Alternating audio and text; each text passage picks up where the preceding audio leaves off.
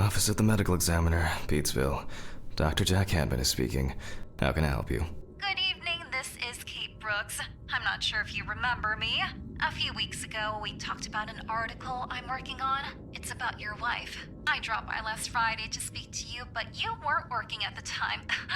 I asked the security guard to pass on a note for me. I would like us to discuss the topic of... I thought I had made it painfully obvious for the last time. No! Please don't call me again and stop inquiring about my wife. Damn journalists. They don't let me work. God damn it. I'm not in the best frame of mind to record a lecture for my students now. I'm feeling completely broken. Where did I leave my meds this time?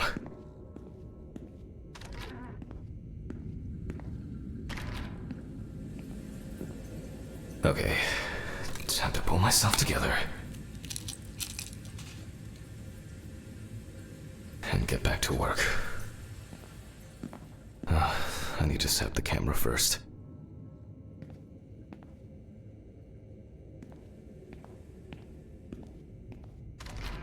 This place is starting to look like a... Now remember, Jack, don't forget to hit the record button this time.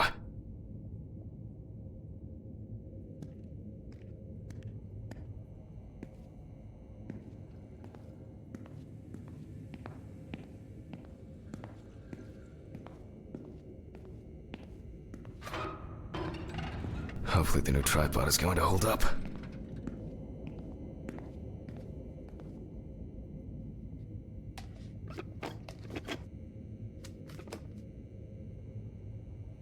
Now, I just have to get everything in frame. This should be fine. November 20th, 1991. Time, 8:43 p.m. Recording for medical students from the University of Missouri. This autopsy is conducted by Jack Handman. Hello, everyone. Welcome to the autopsy room. Today, you will have the dubious pleasure of following a full autopsy, step by step. For those, let's start. Always wear an apron, mask, and gloves. Goggles are a must when the job is splashy. And in case of sharp accidents, it's worth having disinfectants at hand. It's true that you won't get ptomaine poisoning straight away, but if your liver or kidney aren't doing well, you may end up with diarrhea. The cadaver is placed on its back on the autopsy table. The pathologist stands on the right of the deceased. Make sure that all the necessary tools are always at hand so that you don't have to run around looking for something, like I do all the time. In the process of revealing and securing forensic evidence, it is difficult not to interfere with the original condition of the deceased. Written and photographic documentation plays a vital role throughout the entire examination process.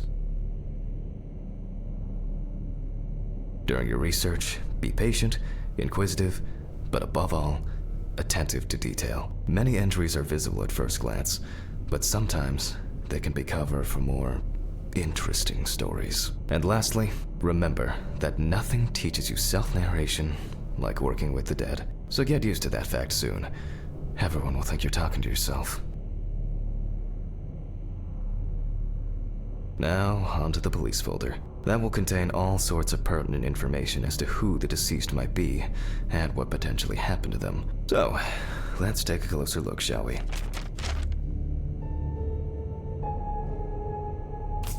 The deceased's name is Tobias Chambers, locally known as Old Toby. Homeless and unemployed for at least a couple of years.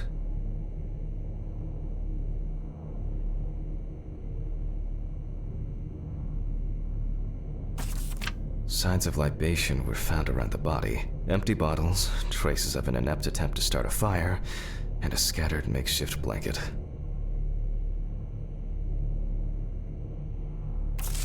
The deceased was found on the outskirts of a parking lot at a gas station, where he often begged and persistently offered drivers to wash their car windows.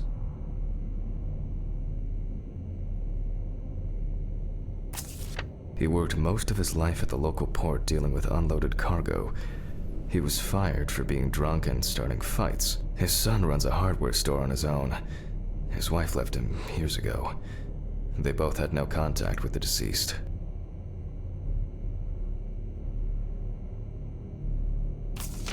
The body was noticed by a station employee during the morning shift. Initially, he thought that someone had thrown some boots and a coat in a nearby ditch. It took him a moment to recognize the pile of clothes as the body of a man. That's it.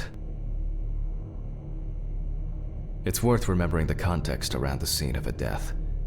This allows you to better interpret any traces found on the body. I shouldn't start the procedure without gloves.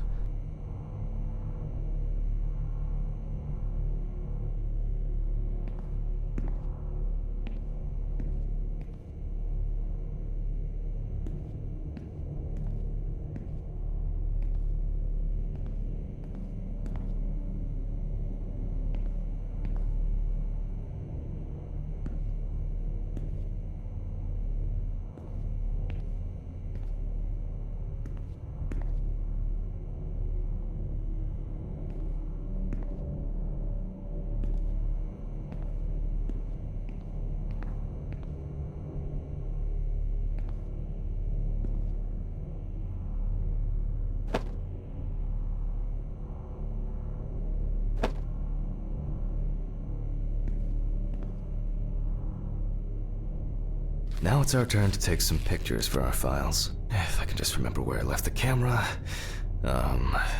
It's in here somewhere. Aha! There you are. I knew it was here somewhere.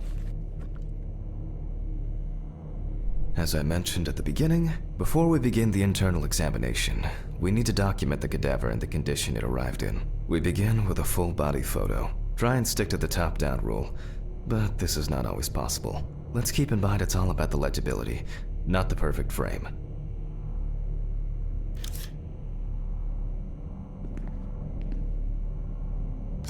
Voila! Now we move on to the next step, looking for traces. Take your time.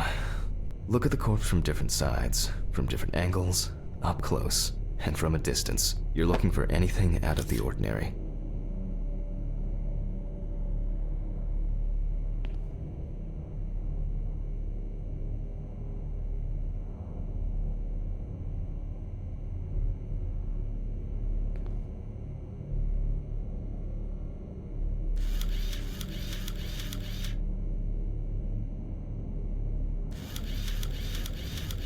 The boiler-healed wound.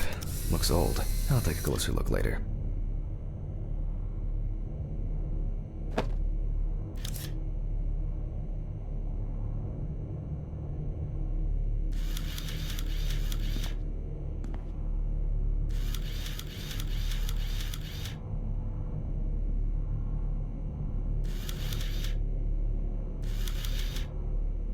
Some wounds in the feet and signs of frostbite, probably because the subject's shoes were too small.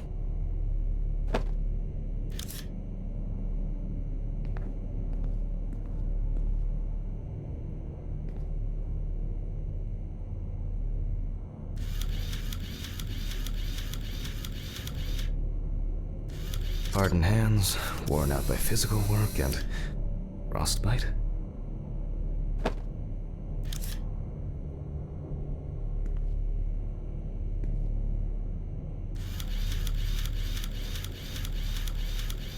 That's something interesting. It will be necessary to check whether this injury was severe enough to cause damage to the brain. In a moment, we will check which of our initial observations will be worthy of further consideration. But before we get to that, I need to write down some basic data.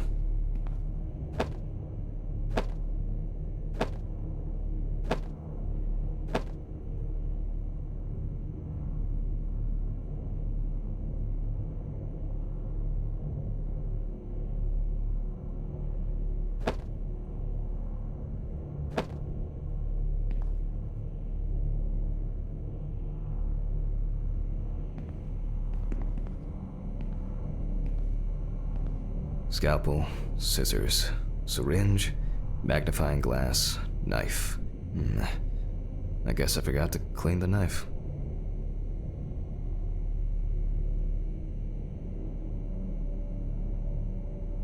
Scalpel, scissors, syringe, magnifying glass, knife. I guess I forgot to clean the knife.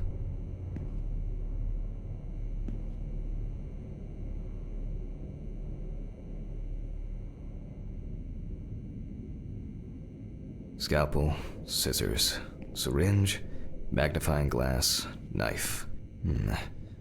I guess I forgot to clean the knife.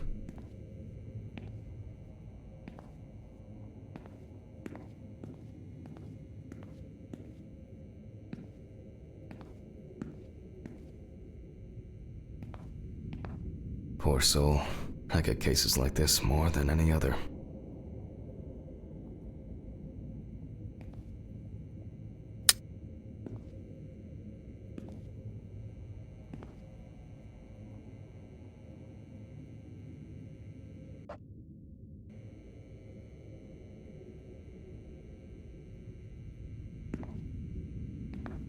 It's been a while since the eye wash in this thing was changed. It's probably a health hazard now.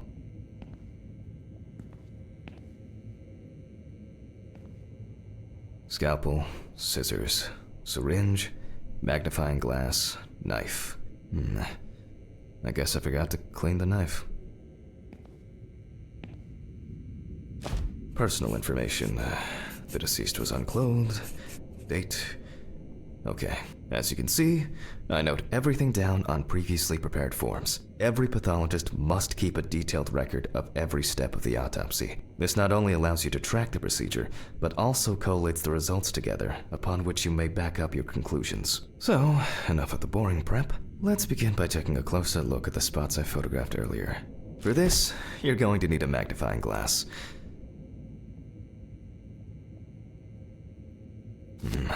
Which spot first? It looks like a burn mark. No doubt painful, but it's not pertinent for this case.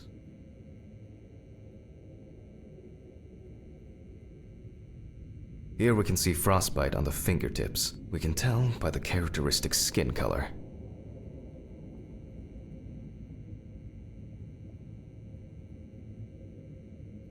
I can confirm the presence of ecchymosis on the deceased man's head. The appearance indicates the intravital nature of the wound. Add alcohol, which I can clearly smell, and this was an accident just waiting to happen.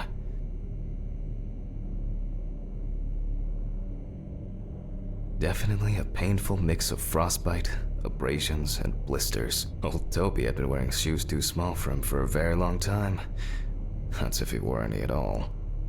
So far, there are a lot of superficial wounds, but only one serious injury to the head. Let's go back to our notes.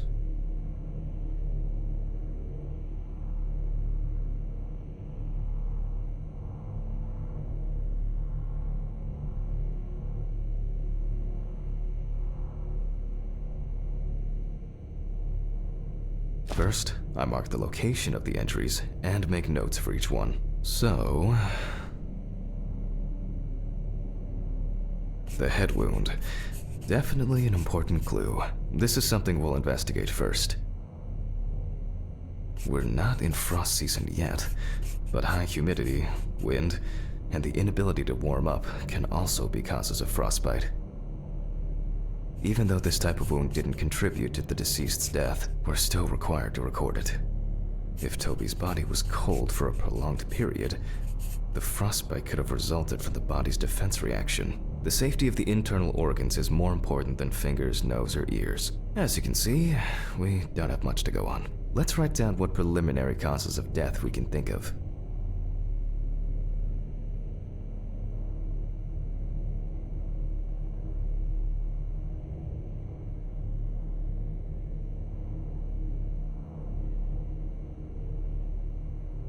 Various types of accidents are a common cause of death among the homeless and the elderly. Perhaps old Toby slipped and accidentally hit his head.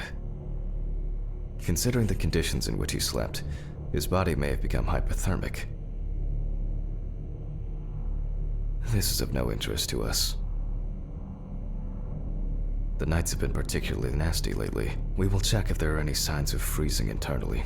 Since the deceased clearly smelled of alcohol, I'll add alcohol poisoning to our list. We still have one thing left from the basics: rigor mortis.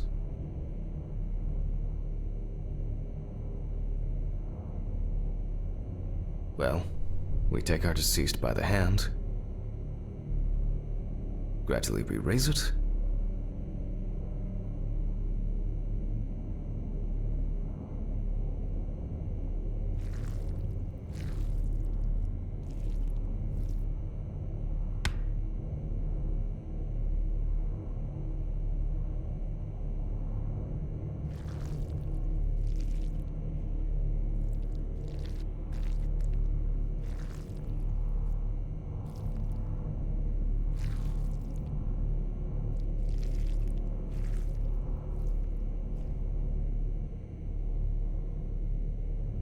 Now let it go. As you can see, the hand falls loose. What's the conclusion?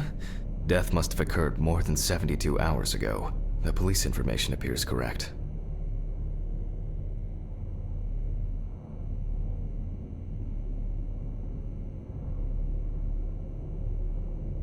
Head trauma seems the most promising, so we'll start there. For this, I need an oscillating saw.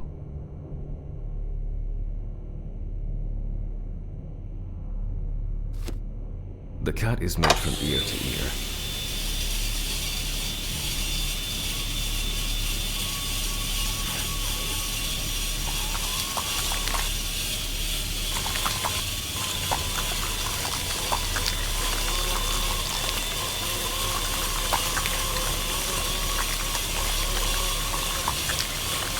After which, we remove the skin and the top of the skull.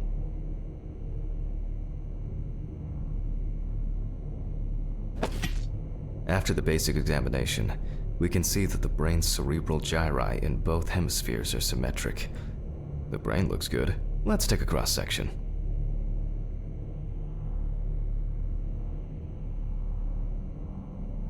Some pathologists prefer to examine organs without removing them. However, for me, it's much more convenient to examine them on a board, which we'll do now.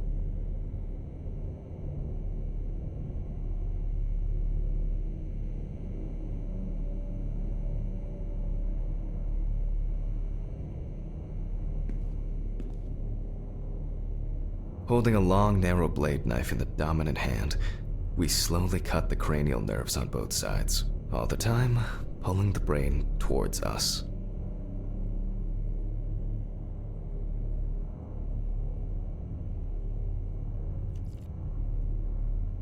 So far, so good.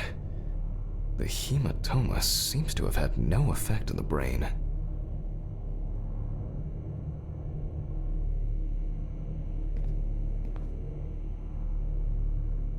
We can rule the fatal accident out as well.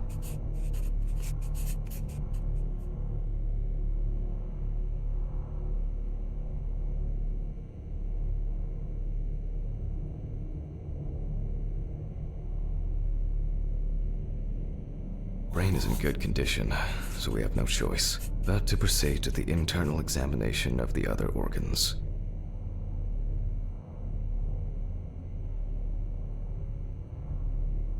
I grab a scalpel from my kit.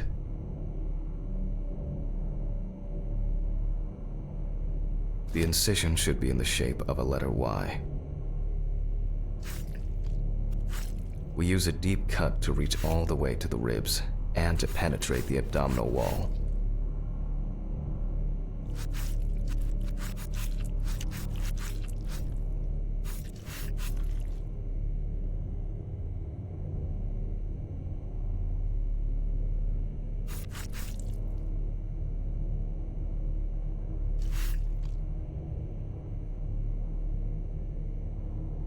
All right, now we peel back and separate the skin.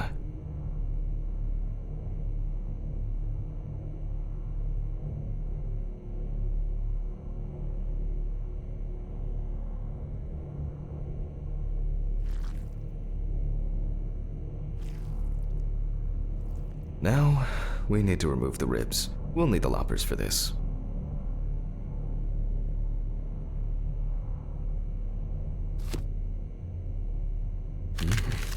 Quite a satisfying crunch, for some anyway.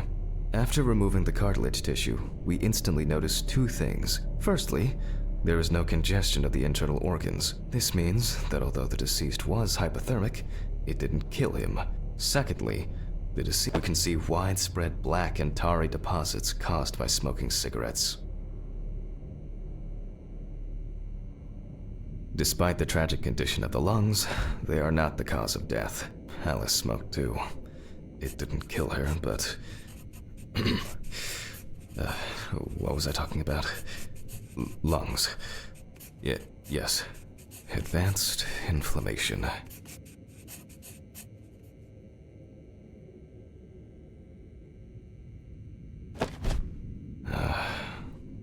What now? The syringe. Now's a good time to collect some samples.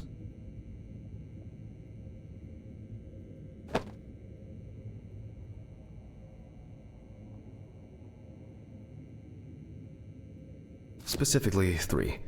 From the eye, the heart, and the bladder. I'm interested that vitreous humor analysis is very useful in indicating long-term alcohol abuse.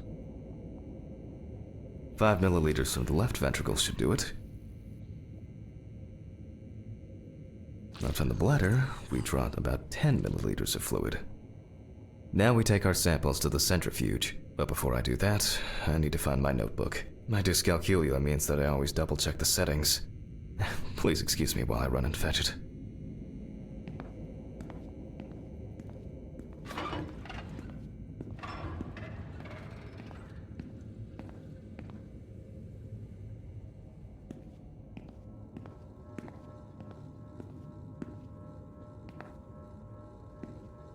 They definitely pay me too little for this.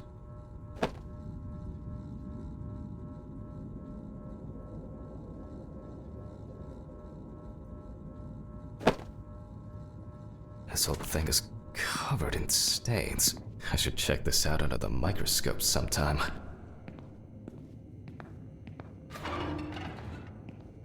Let's get back to the examination. We put all of the samples into the rotor.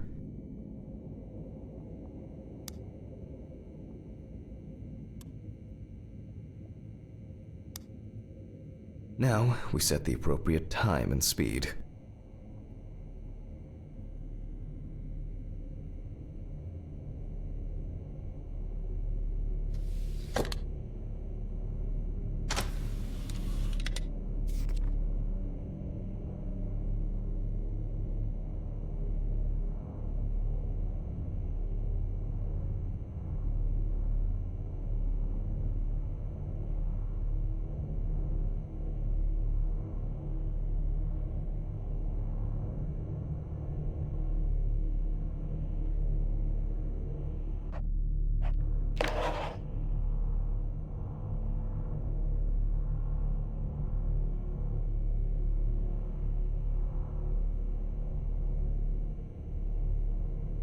Okay, let's roll.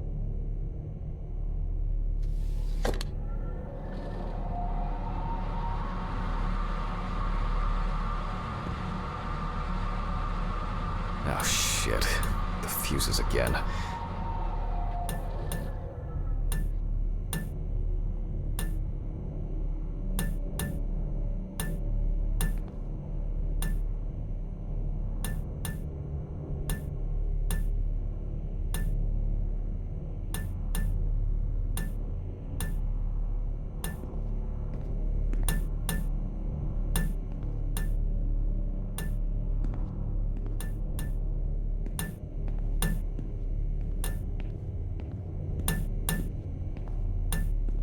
Where were we?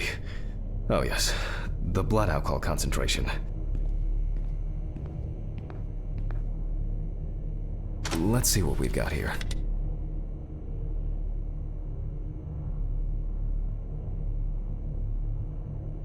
Everything's separated as it should. Our lab is closed until tomorrow after the last, incident. However, considering that Toby's favorite eau de parfum appears to be ethanol, I'm guessing the results won't surprise me at all.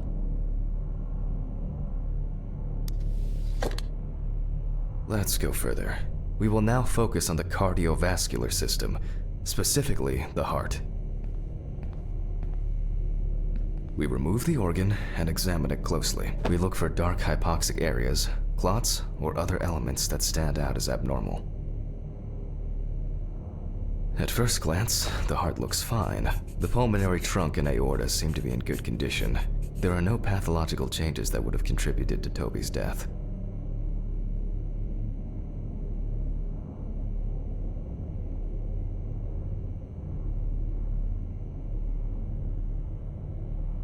Now let's take a closer look at the stomach. Size is normal, healthy, pink color, and as expected, the stomach has no major external damage. We must now cut it open and inspect inside. We will do it carefully so that its contents do not spill out.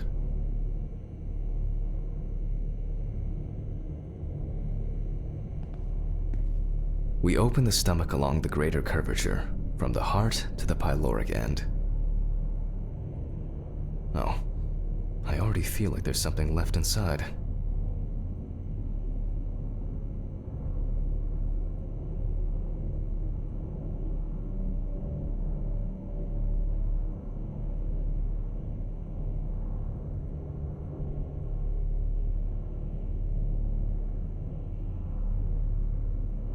Okay, large amount of gas, small amounts of yellow, grayish food content, resembling some kind of meat. Either our deceased hadn't eaten in days, or the bulk of his stomach had already found a way out. Looks like I'll have to find the missing contents. There are two ways here. One is obvious, and the other is... It couldn't have been suffocation, could it? I'll add this to the list and move on to the deceased's neck.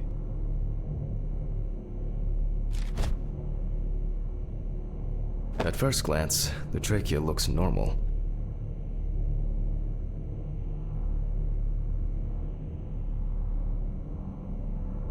Same result as with the stomach. The external inspection doesn't tell us anything. This time we'll cut on a tray.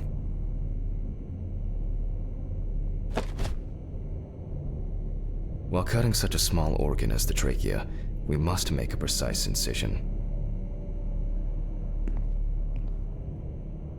To be able to cut with the very tip of the blade, we must hold the scalpel as we would a pen.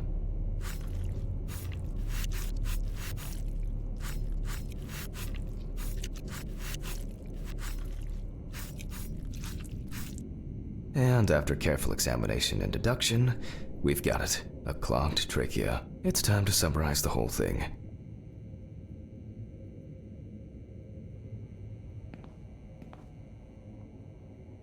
Based on the report and preliminary documentation, it's safe to assume that the deceased passed out after consumption of alcohol and then fell asleep on his back. Then, the gastric contents refluxed and flooded the airways, causing death.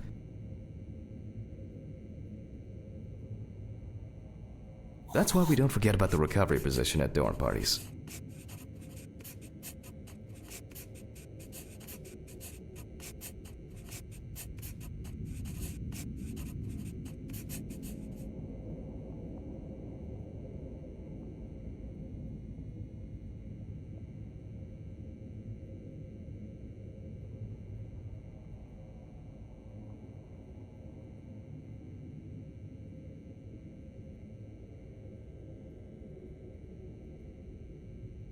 And now it's all clear. The death was suffocation. Now, signature.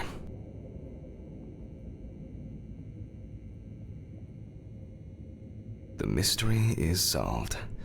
But for us, this is not the end. First, the dead body needs to be cleaned up.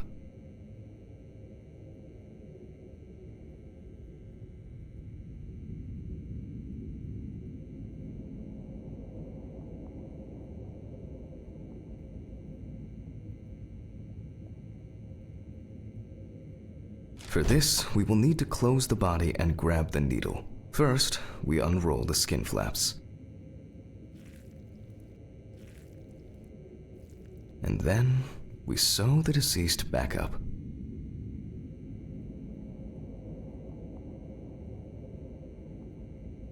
I'm using the baseball stitch technique. This stitching method is very strong and quick to do.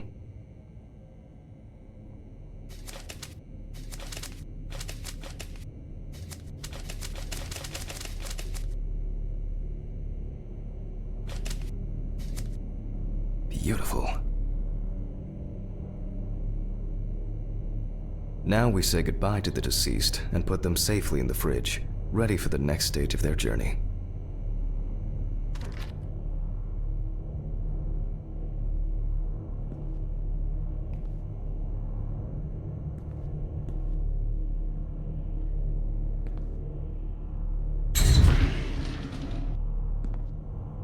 God, I'm tired.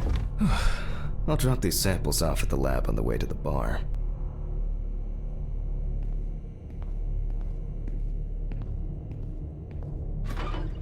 I'll call Steven. I don't feel like drinking alone today.